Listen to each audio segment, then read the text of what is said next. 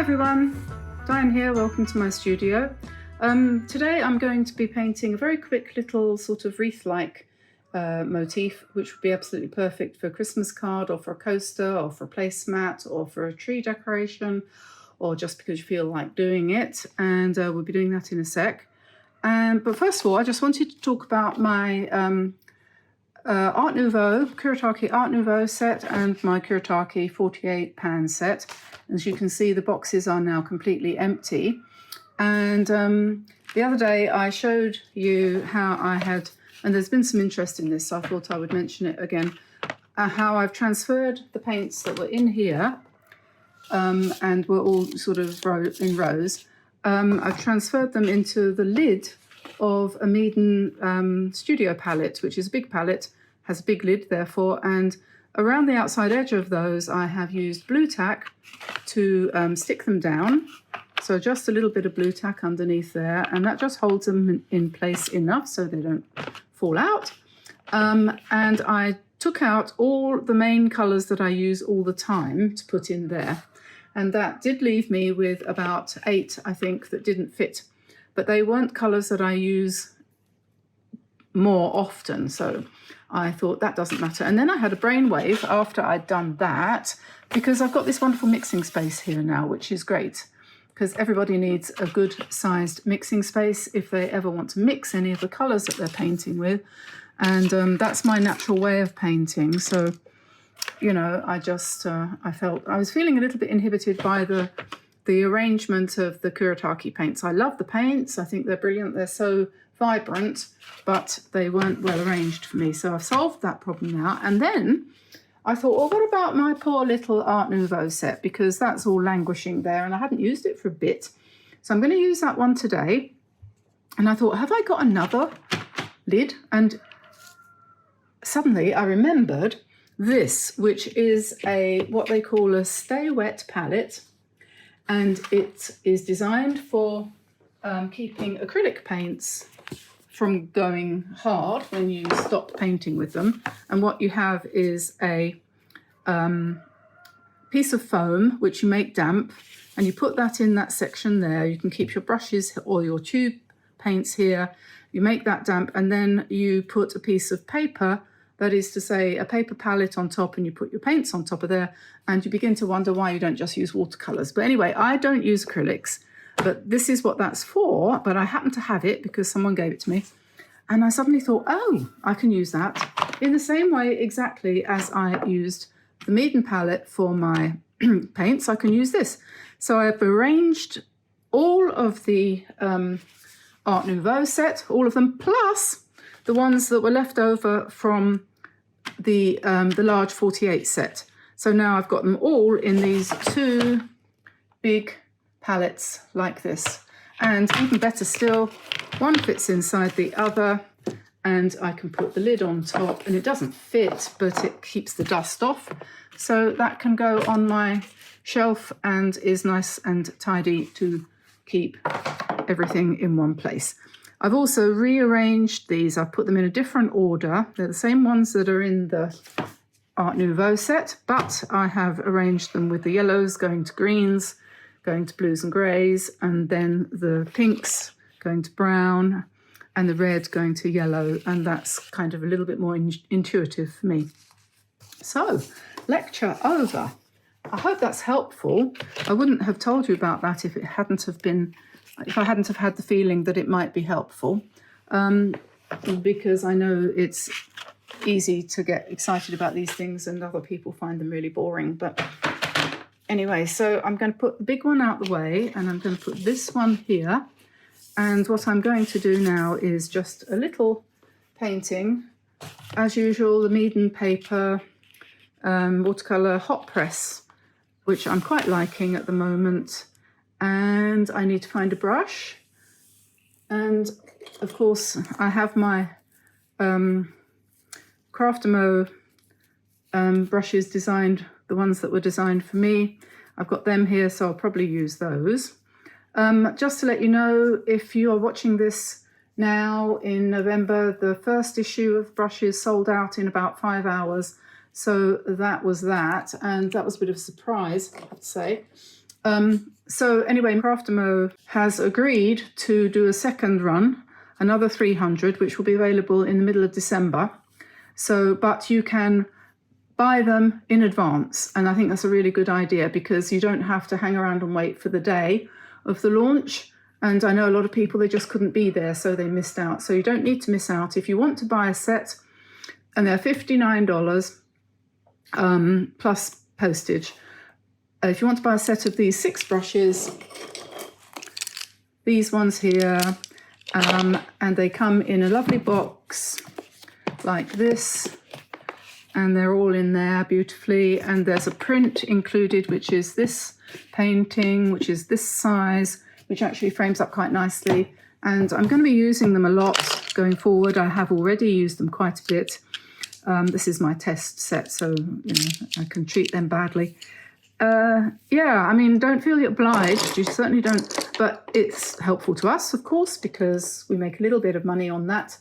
And also, you might find it helpful too, because they are quite nice brushes, and if you don't have a very good set already, these, you know, they're pretty good. I'm quite pleased with them. So anyway, about this painting, let's put the paper that way around, and we've got a good range of greens here, haven't we? Really nice, going from sort of dark turquoise all the way through to basically a yellow. And if you're not terribly confident about your colours before you start, what you can do, of course, you can find a piece of paper, spare paper, and you can sit down and you can say, okay, let me see, what colour palette am I going to use for this? A colour palette is a selection of colours that you put together in order to make a picture.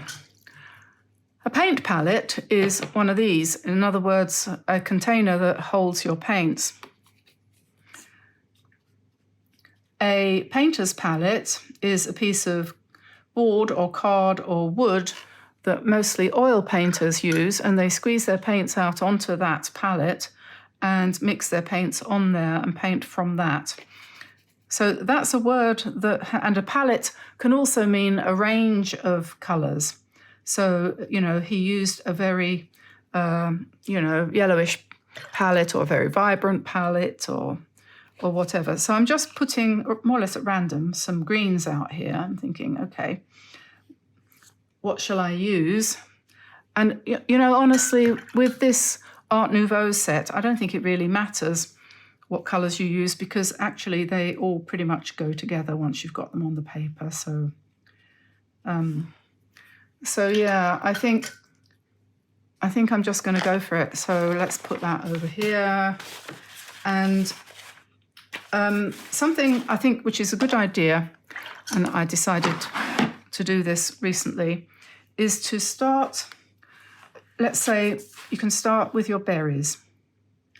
So pick up some reds and pinks, and you can just sort of mix different reds and pinks together and let them bleed a little bit, and a little bit of mauve perhaps as well, maybe.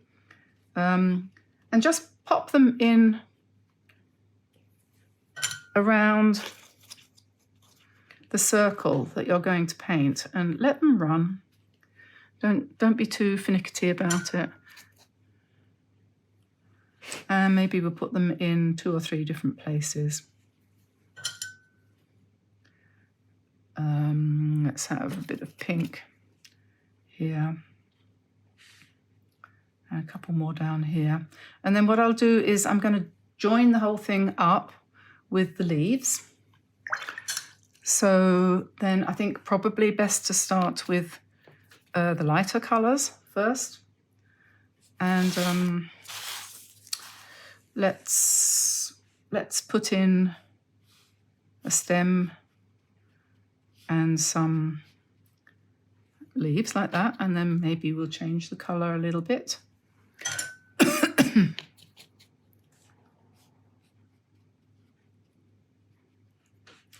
And we can put some, just kind of, I like to quite like to go through the palette And just pick up different colours as I go along and just let it happen, really. I might put a few more berries in. Different colour, perhaps. Maybe put a few more up here. And really, I'm just kind of using the berries as sort of structure. Let's have this colour, perhaps.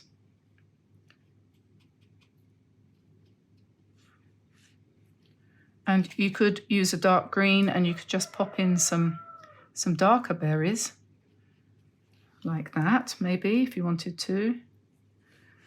And we'll put some more needles here. Just do whatever floats your particular boat. Some small leaves, some big ones, some darker ones, some lighter ones. And, you know, if you come into the middle a little bit, because it's going to be more interesting if you do that, you could do what I call empty leaves like that if you want, which is quite fun. And just build it up as you go along, just whatever comes to mind. It's best not to plan. I don't know what it is about us, but, you know, I don't know if you remember I was telling you all about the dog that was being, you know, badly treated over the road. And in the end, the people, I basically, I kidnapped him, I have to say. I did. I got so sick to death of seeing him tied up outside in the rain and in the cold. And so 2 years ago, after having talked to her and tried to get her to see sense, I just stole him. And I don't care who knows it. I took him, and he lives with me now. He's sitting at my feet right now. He's been with us for nearly 2 years. His name's Zen. And anyway, they moved out after a little while, and they've gone. But now the person that lives in that house, which is falling down, I might say, and the storm didn't help, he's got, believe it or not, in his barn, which has no roof because it just blew off in the storm, and it's wet and muddy and filthy and disgusting and horrible, he's got a little piglet in there. And it breaks my heart. I can't stand it. And so anyway, I've started to go over and feed him the piglet. I don't even know if it is a boy. It could be a girl. I don't know. I just assumed it was a boy. I've started to go over, and I never see the neighbour. I'm going to try and find him and see if I can talk to him. But I'm half afraid to talk to him because if I say to him, "Do you mind if I feed your pig?" he'll almost certainly say no. And yet the poor little thing is there. There's a couple of hens tied up, not tied up, but in there as well. And, I can't stand it. I would sooner that they killed him, the pig, rather than let him suffer like that in the mud and the cold and the damp and everything. It's just appalling. And I don't know what to do about it, really. I can't really kidnap him because, we're not set up for pigs. And I don't know anything about them. I don't know. Anyway, this is going quite well. And what I'm going to do now is let it dry. And, actually, as I stand up and look at it, I can see that it needs a couple more leaves over this side. So that's what you need to do, really. When you've got to a certain point, stop, dry it, and then come back in and do any corrections and anything that you feel that you want to do next. Okay, so that's now dry, and what we could do at this point is it might be nice to use a small brush because it's a relatively small painting, and a small sort of detail brush, really, I suppose, and maybe come in with some dark green, and you can see how handy it is now to be able to mix paints on the side there, and we can put in some details, that is to say, some veins in the leaves and whatever you feel is appropriate. So let me see, could strengthen some of the pine needles and things like that. I can come in and go over them again so they look a bit more bulked out. It's all a matter of taste, really. And I mean, this is perfectly adequate the way it is. You don't need to do anything else if you're just looking for a really quick card or something like that. And, you know, there's always the danger of spoiling it if you do too much, but it's not really likely to happen, is it? So just some sort of dark specks and things. And, oh, I tell you what else we could do. We could make the berries a little bit darker. If we do a little bit of, let me see, how can we make this colour darker? I suppose, probably, to be honest, what I want is a bit of black. So I might have to go to my other set quickly and pick up a bit of black. Black, black, black. Where is the black? There it is. I can pop that down there and then add a little bit of red.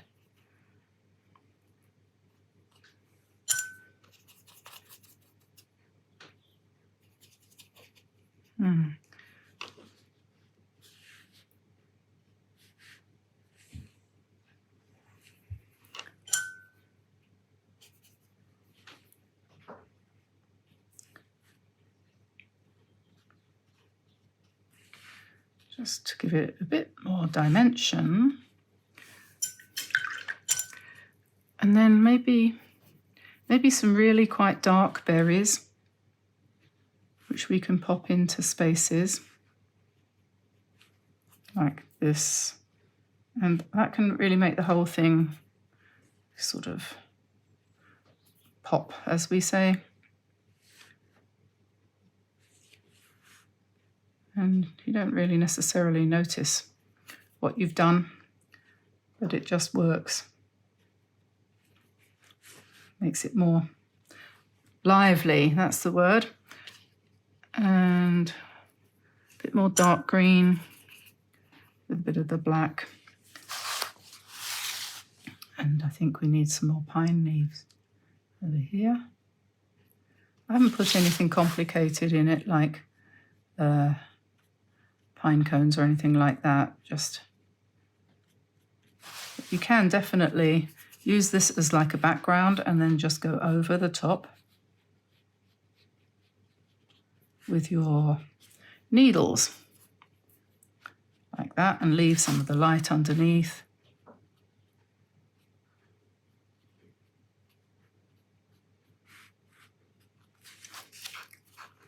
And put some up here as well, perhaps.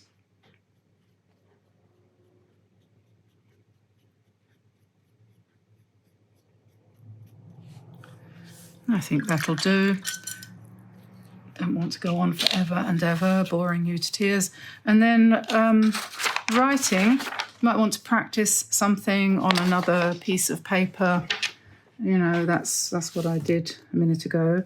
And let's see if I can do it again.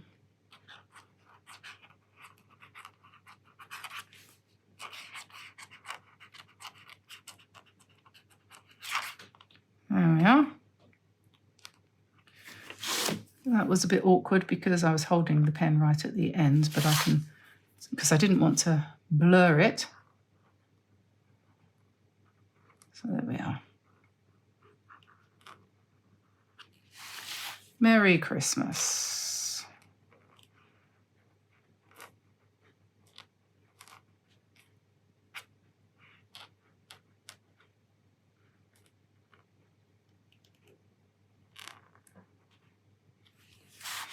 So there we are, another cute card for Christmas, and all the details about all the things that I've used in this painting are in the description below with links to Amazon where you can purchase them.